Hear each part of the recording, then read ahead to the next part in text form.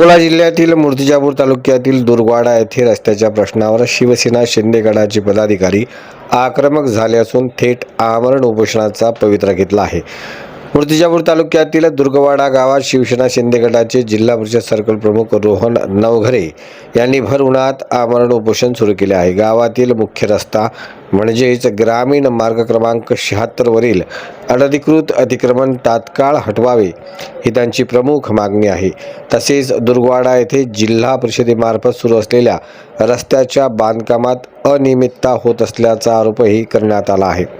रस्त्याची रुंदी व लांबी यांची योग्य मोजणी करून दोन्ही बाजूंनी मध्यभागापासून काम सुरू करण्यात यावे अशी ही मागणी करण्यात येत आहे। या विविध मागण्यांसाठी रोहन नवघरे यांनी दुर्गवाडा येथे आमरण उपोषणाला सुरुवात केली असून स्थानिक पातळीवर या आंदोलनाची जोरदार चर्चा सुरू आहे।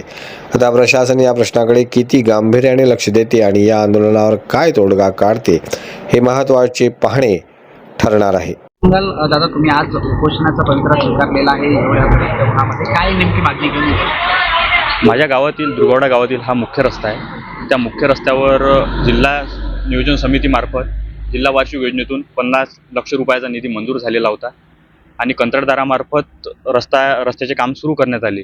त्याच्या आधी मी संबंधित प्रशासनाला निवेदनाद्वारे मागणी केली होती की आधी रस्त्याची मेजरमेंट करा, मोजणी करा, त्याच्यानंतरच कंत्राटदारामार्फत काम सुरू करा। त्याच्यानंतर दुसरी मागणी माझी अतिक्रमणाबद्दल होती, जे की गावातील रस्त्यावर मुख्य रस्त्यावर भरपूर प्रमाणात अतिक्रमण आहे, ते लवकरात लवकर काढावं अशी प्रशासनाला विनंती केलेली होती।